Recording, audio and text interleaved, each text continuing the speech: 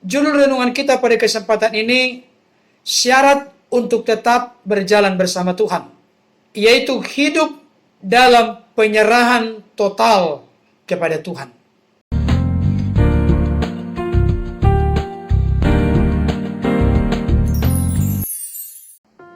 Shalom, salam sejahtera dalam kasih Tuhan kita Yesus Kristus.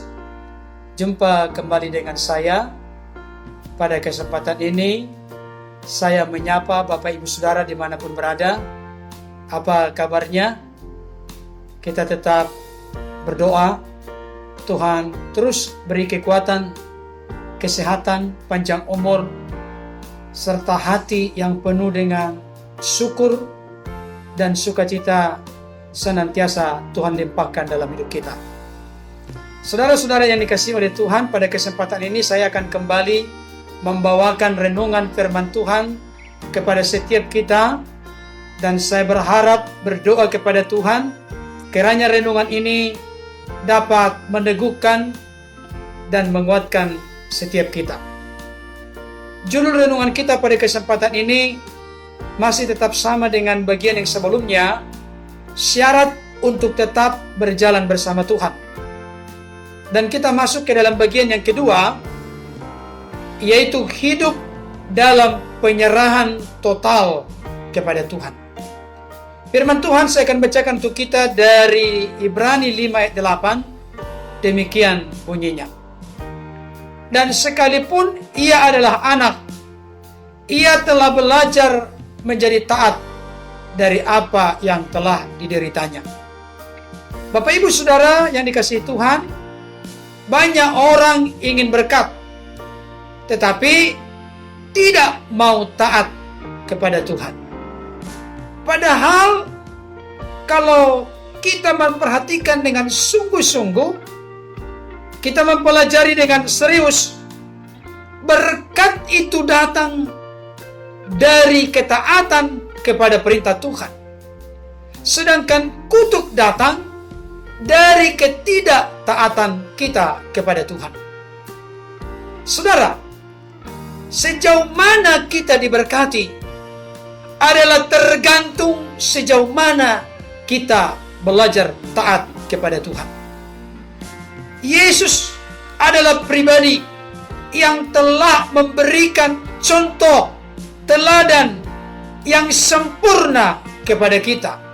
Bagaimana ia menunjukkan ketaatan kepada Bapa selama hidupnya sekitar 33,5 tahun di dunia ini. Sebenarnya ia adalah anak, tetapi ia telah belajar menjadi taat.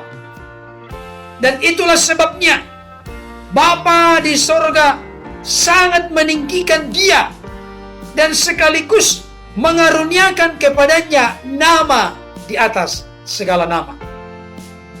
Saudara, pada saat kita membaca kata taat, pertanyaan saya, apakah yang muncul di dalam pikiran kita? Apakah kita menjadi seseorang yang menyukai ketaatan?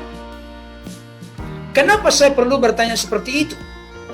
Sebab ada orang yang tidak suka taat karena merasa terbelenggu dan merasa kebebasannya dibatasi sedemikian rupa.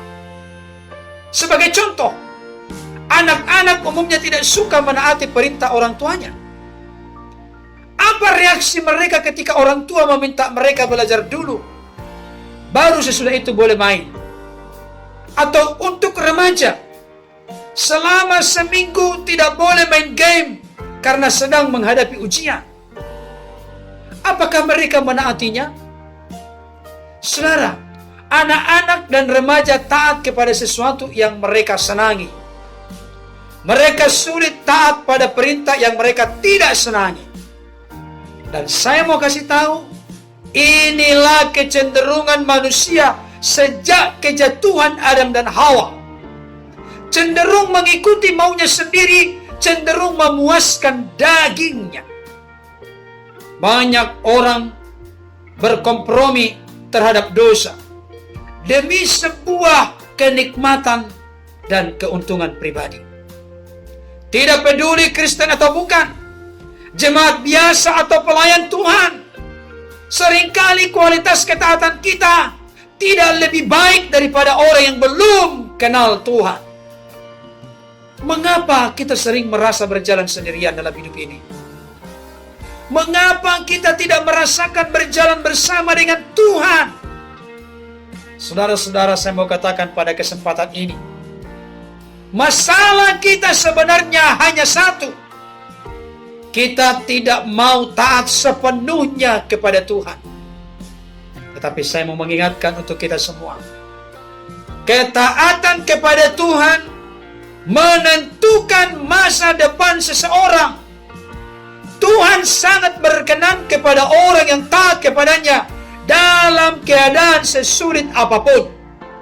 Sekali lagi saya ulangi kata-kata ini, karena ini merupakan kesimpulan penting.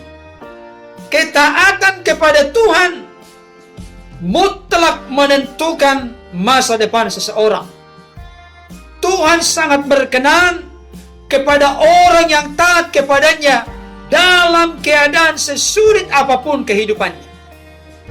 Saudara-saudara yang dikasihi oleh Tuhan dimanapun Anda berada, yang menyaksikan dan mendengarkan renungan ini, saya mau katakan, marilah dengan rendah hati kita renungkan firman Tuhan ini. Jadilah kita orang bijak. Selamat beraktivitas, tetap semangat. Tuhan Yesus memberkati. Amin.